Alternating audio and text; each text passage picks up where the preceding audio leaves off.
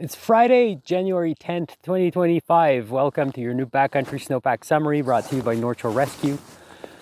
We came to the Sky Pilot area today, primarily because, let's face it, the skiing below 1300 is just awful right now. So if you want to have a chance at skiing a little bit, you need to gain a bit more elevation. The week has been dry and warm with mountaintop temperatures reaching as high as about 7 degrees. We did have a little bit of snow yesterday or last night. But right now, at 1300 meters, you can expect to have maybe about 5 centimeters and then rapidly transition to rain as you lost elevation. Aside from that snow last night, it looks like Mother Nature has decided to do her own version of dry January. And just like your friends who are doing dry January, she's probably not going to be much fun to be around for a little while. Heading into next week, there's no precipitation in the forecast. It does look like it's getting cold, but then this big ridge of high pressure is going to lead to probably a strong temperature inversion, possibly some Arctic outflow winds near the inlets. But unfortunately, no snow on the horizon. The snowpack is generally well settled. There's certainly some question about the new snow and how it's bonding to a variety of old surface. And there's quite a bit of wind today. On Friday, we see a significant amount of wind loading up high, and the snow changes dramatically as you reach about 1500 meters. So if you want to know what that means for your weekend plans, stick around for the snowpack discussion.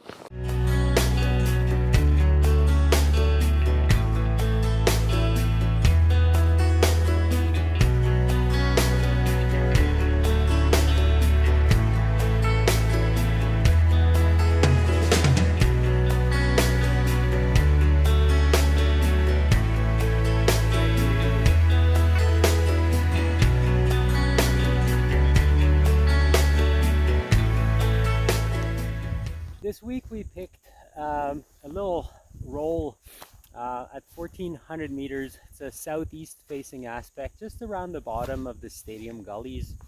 And I picked this site because I thought it would be a good place for maybe near surface facets or surface hoar and see how the new snow is bonding to that. The biggest theme, I guess, this week is variability with elevation. So here at 1400, we in this site we have 3 meters of snow on the ground, but at 1000 meters, not very far from here, there's only a meter on the ground. And then as we climbed up earlier today, as soon as we reached 1500, then we could really start to see the wind effect. So the snow changed dramatically and was becoming quite a bit more reactive. As we were traveling, we could see up high like pretty intense wind transport from strong westerly winds today. So yeah, there's a lot of spatial variability, and that's especially true if you're gaining elevation.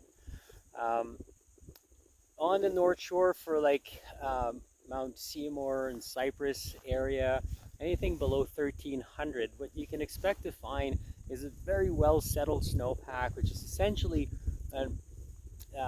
alternating layers of small wet grains with various melt freeze crust, and some of those crusts are not necessarily frozen, so there's like layers of really moist, big refrozen crystals, and everything is bonded really well. Just as you gain elevation, as soon as you reach above 1300, which means that you come into like the Sky Pilot area, you actually find like a very wintry snowpack.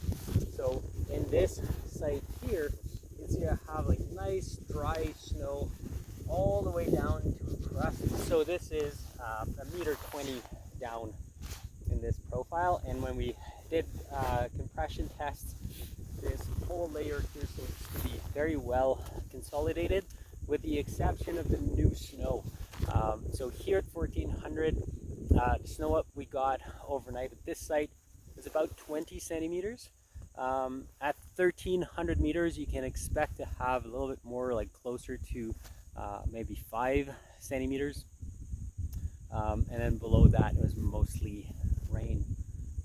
So this top 20 centimeters here is not bonding very well. I was expecting to maybe find some surface core. I didn't find surface core in that site, but the test results were on broken old stellar crystals. So there's no reason to think that this is not going to settle and gain some strength over a short period of time. However, when you get higher up and you start to get into the wind affected snow, then the nature of the slab on top changes. It becomes quite a bit stiffer, and then it lies on top of a whole bunch of different surface, including surface core, including old sun crust, including old stellars as well. So as we were skiing up high, we were getting shooting cracks and flat terrain, very hollow feeling sort of wind slab.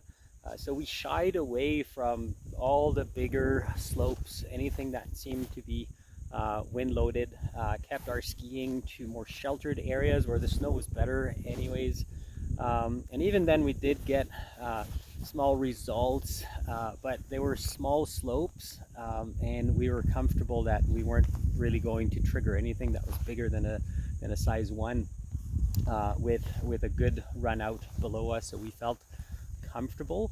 That said, it's definitely there. We saw a number of places where one could pop like a very small wind slab, but with exposure to significant terrain traps below, either cliffs or a bunch of like really steep trees and so on. So you really have to have your wits about you and be very aware of your surrounding and what would happen if you popped one of those small wind slabs. So if we take the snowpack and project it a little bit into the weekend, into next week, and the weather, it looks like it's going to be dry. It looks like it's also getting colder initially, but then we have a very strong ridge of high pressure that's building, and that's going to most likely bring a strong temperature inversion. So we might actually get lower temperatures down in the valley than we get at mountaintop. And when we have these long dry periods, it's kind of easy to switch off a little bit and stop thinking about avalanches. But what you really have to do in those periods is talk about or think about the surface. Long dry periods are really bad for the surface of the snow, and it causes everything from surface core to sun crust to near surface faceting, and all of these things are notorious to form a weak bond for when they finally get buried. But the reason we have to stay switched on and look at it is because as you're touring, you want to see the surface. You want to know where the surface core is. You want to know if there's sun crusts or not, so that when it gets buried, you have an idea of what the new snow is sitting on. That's all I have for this week. With the weather this weekend, I'm expecting that this area is probably going to see quite a bit of traffic. If you go up high, be very cognizant of wind slabs, and don't be afraid to shy away from bigger slopes, especially if they don't feel quite right. Stay safe this weekend, and we'll see you next week.